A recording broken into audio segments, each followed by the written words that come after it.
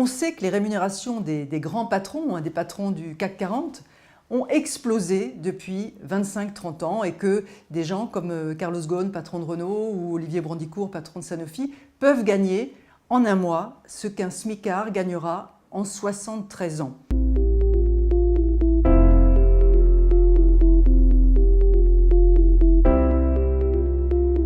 Mais ce qu'on sait moins, c'est pourquoi ça a changé. Et ça a changé parce que les actionnaires ont fait passer les dirigeants dans leur camp. Je m'explique. Pendant tout le XXe siècle, enfin disons entre la crise de 29 et les années 80-85, le dirigeant n'était jamais qu'un salarié comme les autres. Il gagnait peut-être 10 fois ou 12 fois ou 15 fois plus que son salarié de base, mais ça n'allait pas au-delà.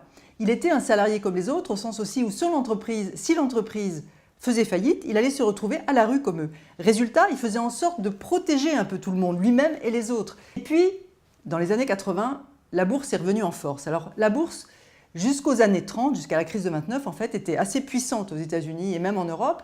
Mais la crise de 29, avec les faillites qu'elle a occasionnées, les ruines, les gens qui se jetaient par la fenêtre parce qu'ils avaient tout perdu, a été décrédibilisée. C'est-à-dire que les gens se sont méfiés de la bourse et pendant les années 50, 60, 70, il n'y avait pas cette dictature des comptes trimestriels, dictature de la bourse qu'on a aujourd'hui. Et puis, peu à peu, elle est revenue en force, dans les années 80 notamment.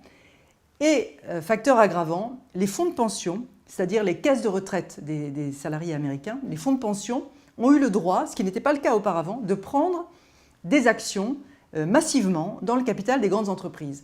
Et ces actionnaires-là, les fonds de pension, se sont demandé comment faire pour gagner davantage d'argent, davantage de dividendes avec les entreprises dans lesquelles ils avaient des actions, mais aussi avec des valeurs d'actions qui progressaient plus régulièrement. Et ils se sont dit que ça dépendait du dirigeant. Et que s'ils faisaient passer le dirigeant en quelque sorte dans leur camp, dans le camp des actionnaires, ça changerait quelque chose à sa manière de gérer. Donc ils ont commencé à lui donner des stock options, à lui donner des actions gratuites, à lui donner des parachutes dorés. Ainsi, le dirigeant étant passé de leur côté, eh bien, il pouvait licencier plus facilement sans avoir d'état d'âme.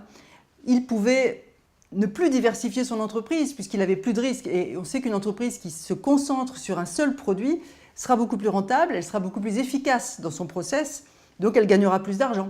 Et c'est comme ça que peu à peu, la rémunération des dirigeants a gonflé, gonflé, gonflé et qui sont devenus un peu, quelque part, des actionnaires comme les autres.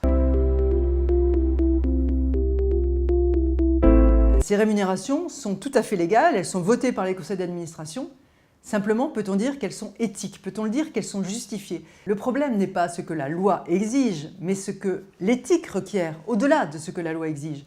Parce que si ces dirigeants continuent à percevoir des rémunérations qui provoquent autant de protestations et de manifestations, si les gens se mettent à voter populiste parce qu'ils n'ont plus confiance dans le système capitaliste à cause de tous ces abus, eh bien, ces dirigeants porteront une lourde part de responsabilité.